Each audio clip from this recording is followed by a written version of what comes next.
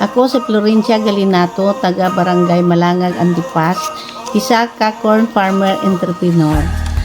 Naging farmer ako tungod inspirasyon ko ang akon mga ginikanan nga isa man ka mangunguma. Ako isa ka organic practitioner kag amo man ang akon ginagamit sa akong pagpanguma.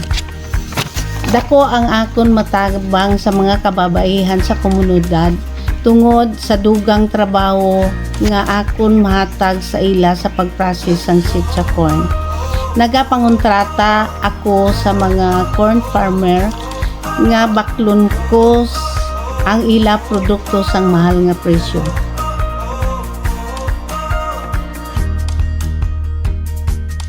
Dagaya Antipas kag mabuhay ang serbisyong totoo.